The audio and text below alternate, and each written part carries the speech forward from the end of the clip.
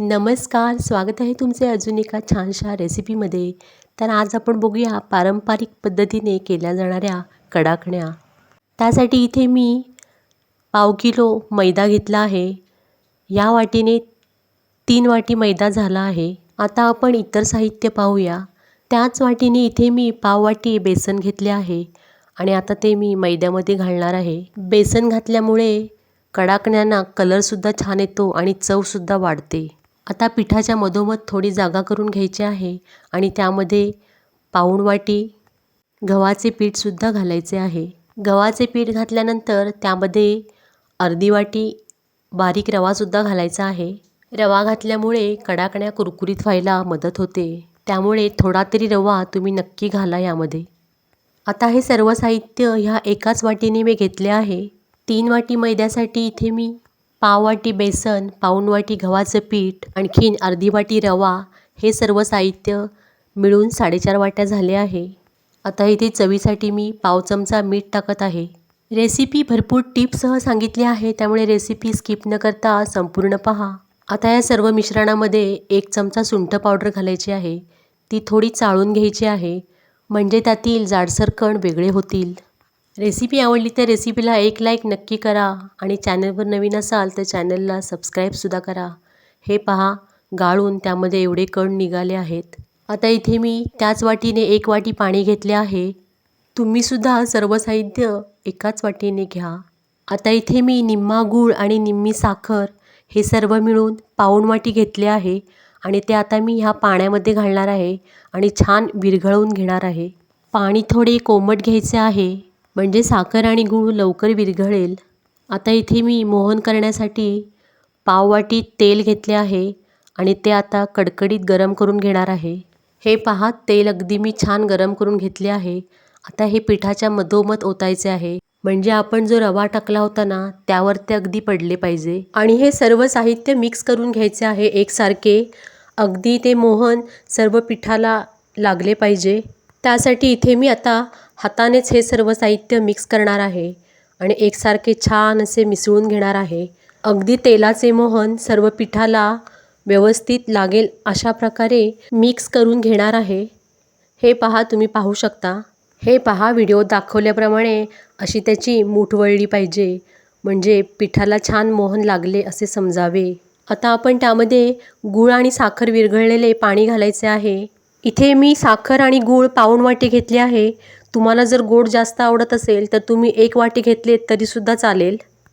आता हे गूळ आणि साखरेचे पाणी मी थोडे थोडे करून या पिठामध्ये घालणार आहे आणि छान एकसारखे पीठ मळून घेणार आहे.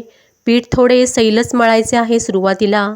ज्यावेळेला त्यातील रवा चांगला भिजेल तेव्हा ते आपणच घट्ट होईल, म्हणून सुरुवातीलाच थोडे सैल मळायचे आहे पीठ. आता पिठावर झाकण ठेवून 1 तासासाठी रेस्ट करायला ठेवायचे आहे.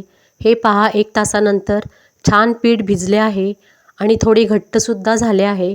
आता आपण त्याचे एक एक करून छोटे छोटे असे पेढ्याच्या आकाराचे गोळे करून घ्यायचे आहेत. तुम्हाला जर का यामध्ये गव्हाचं पीठ आणि बेसन नको असेल तर तुम्ही नुसत्या रवा मैद्याच्या सुद्धा करू शकता, त्याही छान होतात. पण इथे कडाकण्या थोड्या हेल्दी व्हाव्यात म्हणून मी बेसन पीठ आणि गव्हाचे पीठ वापरले आहे. बेसन घातल्यामुळे कडाकण्यांची चवसुद्धा जरा चांगली लागेल. इथे मी 5-6 गोळे करून घेतले आहेत. आता ते आपण लाटायला घेऊया. गोळ्याला थोडेसे पीठ लावायचे आहे आणि छान असे पातळ लाटून घ्यायचे आहे. कडाकण्या अगदी पातळच करायच्या आहेत, तरच त्या खाताना छान लागतात.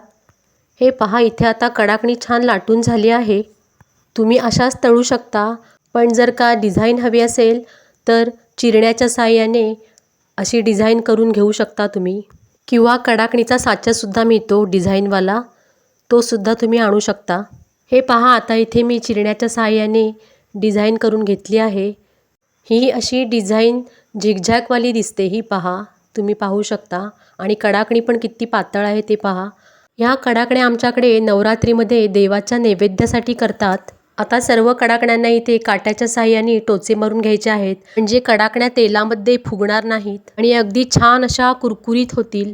आता आपण या सर्व कडाकण्या तळायला घेऊ. त्यासाठी इथे मी कढईत तेल गरम करून घेतले आहे आणि त्यामध्ये आता एक एक कडाकणी टाकून छान अशी दाबून तळून घ्यायची आहे, अगदी गोल्डन कलर येईपर्यंत. ह्या कडाकण्या तळण्यासाठी फारसा वेळ लागत नाही, अगदी पटकन तळल्या जातात आणि कुरकुरीतसुद्धा होतात. ह्या कडाकण्या तळताना गॅस लो टू मीडियम ठेवायचा आहे. एकदम कमी पण ठेवायचं नाही आणि एकदम जास्त पण ठेवायचं नाही. ह्या कडाकण्यांना लागणाऱ्या साहित्याचे प्रमाण मी डिस्क्रिप्शन बॉक्समध्ये दिले आहे, तिथे तुम्ही चेक करू शकता. इथे आता मी सर्व कडाकण्या अशा गोल्डन होईपर्यंत तळून घेणार आहे. हे पहा, इथे आता माझ्या सर्व कडाकण्या तळून झाल्या आहेत. तुम्ही पाहू शकता किती मस्त एकदम गोल्डन कलर आला आहे. कडाकण्या तळताना एकदम पांढऱ्या तळायच्या नाही आहेत, थोड्या गोल्डन अशा झाल्या की चव छान लागते. अशा मी सांगितलेल्या प्रमाणात तुम्ही कडाकण्या नक्की करून पहा, एकदम सुंदर होतात. आणि माझ्या रेसिपी आवडत असतील तर रेसिपीला एक लाईक नक्की करा आणि चॅनलवर नवीन असाल तर चॅनलला सबस्क्राईबसुद्धा करा आणि बाजूला दिलेल्या बेल आयकॉनवर क्लिक करा, म्हणजे येणाऱ्या व्हिडिओची नोटिफिकेशन तुम्हाला सगळ्यात अगोदर मिळेल. हे पहा, कडाकण्या छान कुरकुरीत झाल्या आहेत. रेसिपी पाहिल्याबद्दल सगळ्यांचे खूप खूप धन्यवाद. आता भेटू पुढील रेसिपीमध्ये.